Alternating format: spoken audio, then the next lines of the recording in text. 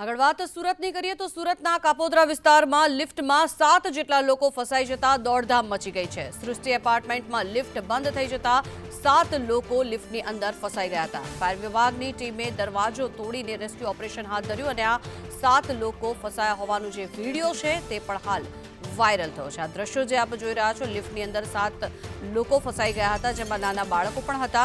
Rescue operation હાથ ધરવામાં આવ્યું અને તે લોકોને બહાર કાઢવાની જહેમત કરવામાં આવી રહી છે। આ વિડીયો કોઈના દ્વારા ઉતારવામાં આવ્યો છે અને આ વિડીયો સોશિયલ મીડિયામાં હાલ વાયરલ થઈ ગયો છે। મહત્વનું છે કે સુરતમાં બની છે આ ઘટના, જેમાં લિફ્ટમાં 7 લોકો ફસાયા છે।